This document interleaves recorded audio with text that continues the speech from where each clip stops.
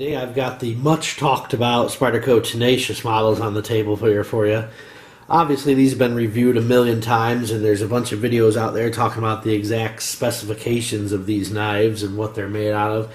I'll give you a couple of quick rundowns on it, but typically my channel isn't about overviews of products that you might see me talk about, or even necessarily reviews. I mean, I guess you could call it a review, but it's more or less my interpretations of what I think of a product, would I recommend the product, what have I used the products for, those types of things. So let's get right into it though. You know, this is the Spyderco Tenacious. These are carried in a lot of people's pockets for a lot of reasons. You can get these, you know, for roughly the $40 price range, and you're looking at a knife that, you know, has G10 scales, Walker liner lock, 8CR13 MOV blade steel. It is made in China. It's one of Spyderco's China knives. You're looking at tip up, tip down, left or right carry options. So it's great for lefties, right-handed, if you prefer tip up, tip down, whatever. It kind of fills that little niche on all those things. And you know, even people I think that own higher priced knives would still have a spot in their collection for something like this because it really is a great knife. I mean, it's got solid lockup. I mean, they're really good. I've liked them. I've owned several of them over the years. I picked these two up, one to kind of keep clean and nice and just keep in the collection. The other one I actually wanted to put to use a little bit and see how it would hold up.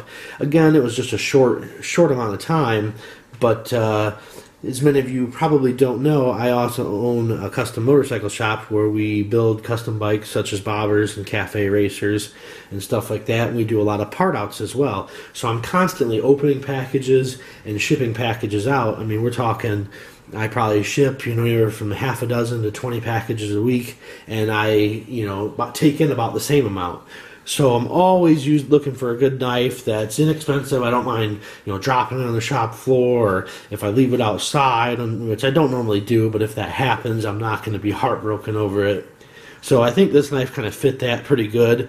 I went ahead and decided to use the black coated blade for my little trial test because I wanted to see how good their coating was. It's not, you know, a DLC or nothing like that, but it's not quite like paint like you'd see on other models of knives in that price range, you know, off the top of my head, maybe like the SE Avispa or Zancudo, or the Rat 1, Rat 2 from Ontario. Those knives tend to, for me, seem more like a paint coating and wear off pretty quick. While this does show some wear and scratches and things, this actually cut a lot of cardboard. It probably has, you know, 75 to 100 cuts into cardboard. So that's not too bad looking. The edge, however, being 8CR13 MOV, which I don't know if my camera will focus on that.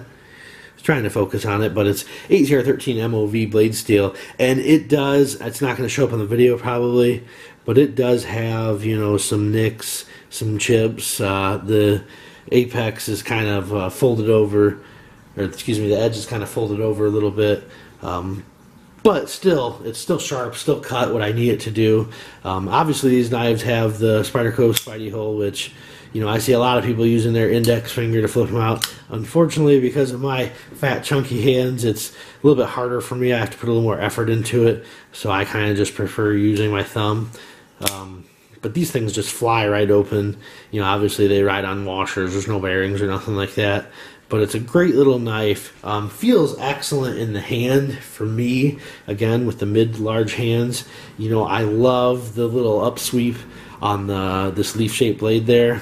You kind of get your thumb right into it if you've got to do some piercing, and you just can get a lot of force behind it without feeling like it's going to fail or shift from one way to the other. G10 handles, which, you know, obviously are textured and offer a fair amount of grip there. You got a little bit of, like I said, the jimping on the spine of the blade. There's nothing on the liners. A lot of times you'll see them add some jimping on the liners as well, and you don't see that on these models, but I don't think it's necessarily necessary.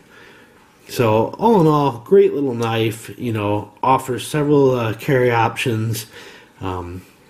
budget steel, you're going to have to keep up with it, sharpen it up here or there. But this is really one of them knives that you could just throw in your pocket and pretty much know that it's going to be there. You can count on it. I really don't see a whole lot as far as that liner lock failing or anything like that. I've got some oil on it here from sitting in storage, but so it's a good looking knife, good utilitarian knife, good daily task knife, and because of that full flat grind, it also would be good for slicing or even food prep.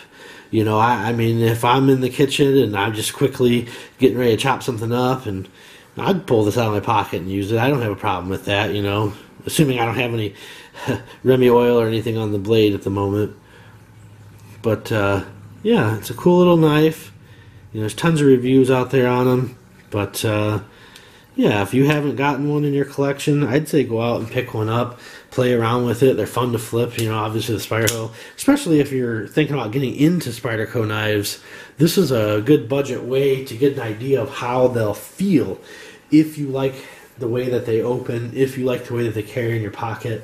I mean, I've had native 5s, 4s, 3s, I've had Manics, I've had them, many different variants of Spyderco knives, and they all pretty much carry similar, in my opinion, if you're looking at this type of G10 FRN lightweight, leaf-shaped blades. They all generally carry about the same, deploy about the same, weight similar in all of them. So yeah, if you haven't got a chance, I want to say they're right around $40, and it's a great budget knife to have in your collection. And yeah, so let me know what you guys think. Let me see your Spydercos. All right, guys, thanks. Bye.